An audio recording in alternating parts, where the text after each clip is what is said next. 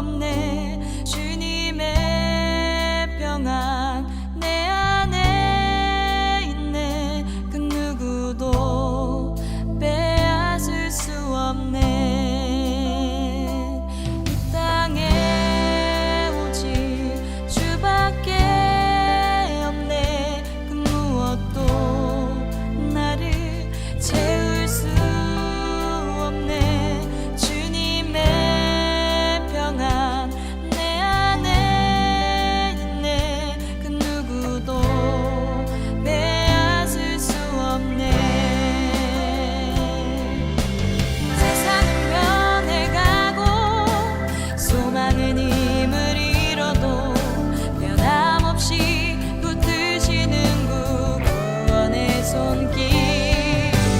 폭풍이 몰려와도 두려움 물러가네.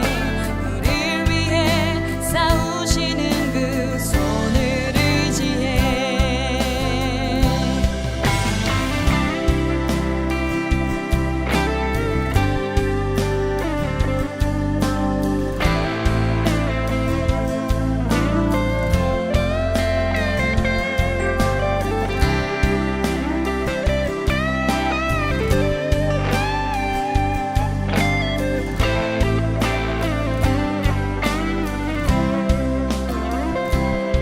땅에 오직 주밖에 없네. 그 무엇도 나를 채울 수 없네.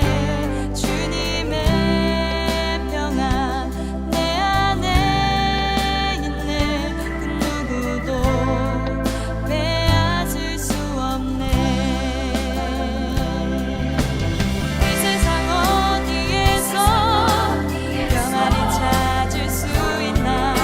목숨까지 내어주신 그 깊은 사랑을 우리가 바래왔고 꿈꿔왔던 미래가 그 한없는 사랑 안에서 열리고 있네.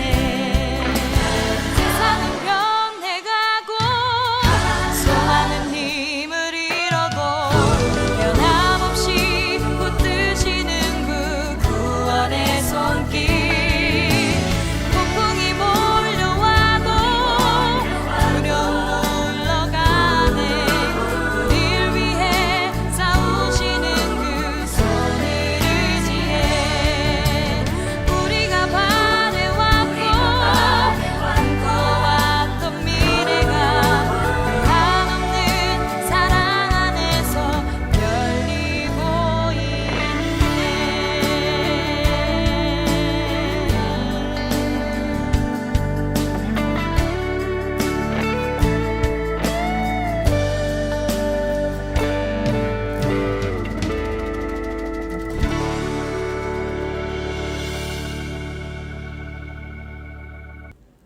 오늘 우리에게 주시는 하나님의 말씀은 로마서 3장 19절에서 31절의 말씀입니다.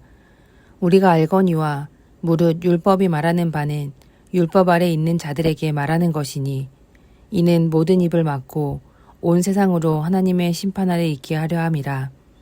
그러므로 율법의 행위로 그의 앞에 의롭다 하심을 얻을 육체가 없나니 율법으로는 죄를 깨달음이니라. 이제는 율법 외에 하나님의 한 의가 나타났으니 율법과 선지자들에게 증거를 받은 것이라. 곧 예수 그리스도를 믿음으로 말미암아 모든 믿는 자에게 미치는 하나님의 의니 차별이 없느니라. 모든 사람이 죄를 범하였음에 하나님의 영광에 이르지 못하더니 그리스도 예수 안에 있는 속량으로 말미암아 하나님의 은혜로 값없이 의롭다 하심을 얻는 자 되었느니라. 이 예수를 하나님이 그의 피로써 믿음으로 말미암는 화목제물로 세우셨으니 이는 하나님께서 길이 참으시는 중에 전에 지은 죄를 간과하심으로 자기의 의로우심을 나타내려 하심이니 곧 이때 자기의 의로우심을 나타내사 자기도 의로우시며 또한 예수 믿는 자를 의롭게 하려 하심이라. 그런즉 자랑할 때가 어디냐? 있을 수가 없느니라. 무슨 법으로냐? 행위로냐? 아니라 오직 믿음의 법으로니라. 그러므로 사람의 의롭다 하심을 얻는 것은 율법의 행위로 있지 않고 믿음으로 되는 줄 우리가 인정하노라. 하나님은 다만 유대인의 하나님이시냐 또한 이방인의 하나님이시냐 진실로 이방인의 하나님도 되시느니라. 할례자도 믿음으로 말미암아 또한 무할례자도 믿음으로 말미암아 이롭다 하실 하나님은 한 분이시니라. 그런즉 우리가 믿음으로 말미암아 율법을 파기하느냐 그럴 수 없느니라. 도리어 율법을 굳게 세우느니라. 아멘. 로마서는 기독교의 근간을 이루는 서신입니다. 기독교 신앙을 규정하는 교리와 논리들이 로마서를 근거로 삼고 있기 때문입니다. 하지만 바울은 교리를 설명하기 위해 로마서를 쓴 것이 아닙니다. 당시 교회는 유대인들이 주류였습니다. 바울 역시 자신이 유대교인이라 생각했습니다. 바울은 예수님을 통해 하나님의 구원이 이루어졌음을 믿었습니다. 이것은 유대교가 없어지는 것이 아니라 완성되는 것이었습니다. 그래서 유대인에게 주어진 율법이 소용없는 것이 아니라 죄를 깨닫는 과정이 되고 그 깨달음을 통해 은혜로만 구원이 이루어질 수 있음을 강변합니다. 즉 바울은 유대교의 율법을 훼손하려 한 것이 아니라 믿음으로 얻는 구원으로 연결하려 했습니다. 예수님도 율법을 폐기하러 온 것이 아니라 완전하게 하기 위해 오셨다고 말씀하셨습니다. 그것은 율법의 규정을 강화한다는 뜻이 아닙니다. 율법을 통해 은혜로 나아가야 합니다. 하나님께서는 모세를 통해 십계명을 주셨습니다. 십계명은 하나님과 사람 사이에 마땅히 지켜야 하는 것과 사람과 사람 사이에 지켜야 하는 규칙이었습니다. 이 십계명을 주신 목적은 화목이었습니다. 평안과 기쁨으로 함께 살기 위해 최소한 이 정도는 지켜야 한다는 규정이었습니다. 하지만 시간이 지남에 따라 화목이라는 목적은 옅어져 가고 사람을 판단하는 기준으로 변질되어 갔습니다. 신앙생활을 잘하는 자, 못하는 자를 나누는 기준이 되고 율법으로 사람의 등급을 매기는 차별의 근거로 전락했습니다. 예수님도 그리고 바울도 율법의 회복을 말합니다. 그 회복은 율법으로 이르는 구원이 아닙니다. 율법으로 자신이 죄인임을 깨닫는 은혜입니다. 바울은 죄가 넘치는 곳에 은혜도 넘친다 하였습니다. 범죄자들 중 대다수는 자신의 죄를 인정하지 않고 오히려 억울하다 말합니다. 피해자들을 무시하고 더 뻔뻔하게 자신의 옳음을 주장하는 경우가 많습니다. 하지만 자신의 죄를 깨달은 사람들은 스스로가 죄인임을 고백합니다. 반성과 회개로 용서를 구하며 자비를 요청합니다. 스스로 자기를 구할 수 없음을 알기 때문입니다. 율법은 우리가 죄인임을 자각하게 합니다. 하나님도 잘 섬기지 못하고 사람도 사랑하지 못했음을 깨닫게 합니다. 잘 섬기고자 했던 마음까지도 쉽게 변질되어 교만이 스멀스멀 스며들었음을 깨닫고 은혜를 구하도록 이끕니다. 율법은 은혜로서 완성이 됩니다. 그리고 그 은혜의 열쇠가 예수 그리스도입니다. 누구든지 예수 그리스도를 영접하는 사람들이 구원을 얻는 것은 율법으로 열 수 없는 은혜의 문이 예수 그리스도를 통해 열렸기 때문입니다. 우리는 예수님을 통해 하나님과의 화목을 회복했습니다. 그리고 하나님의 사랑을 실천하며 사람들 사이에서의 화목도 회복해야 합니다.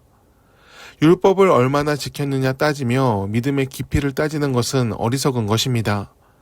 다만 율법에 담긴 하나님의 마음을 읽는 것은 필요합니다. 사람을 정죄하기 위해 율법을 주신 것이 아니라 사람과 화목하기 위해 율법을 주셨습니다. 율법에 담긴 하나님의 마음은 사랑이었습니다. 그 사랑을 기억하며 오늘을 하나님과 함께 살길 바랍니다.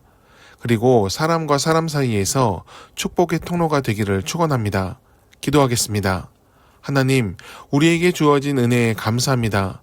율법의 규정에 갇혀 스스로를 정죄하지 않게 하시고 그리고 누구로부터 정죄받지도 않게 하시고 오늘을 하나님의 자녀로 살게 해주심에 감사합니다.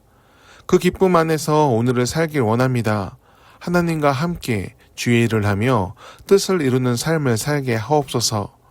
예수님의 이름으로 기도드립니다. 아멘. 함께 중보하길 바랍니다.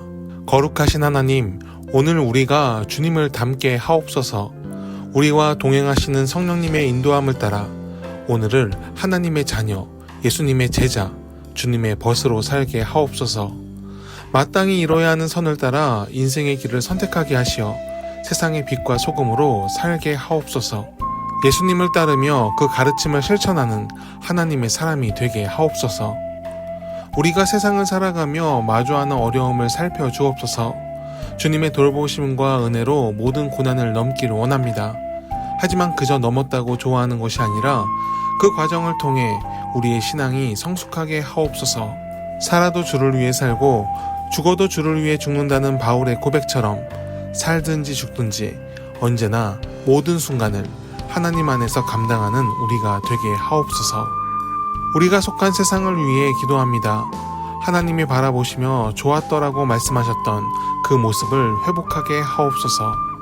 자연 환경이 파괴되고 동식물들이 죽어가며 사람 안에 하나님의 형상까지 이뤄가는 오늘날의 현실을 긍휼히 여겨 주옵소서.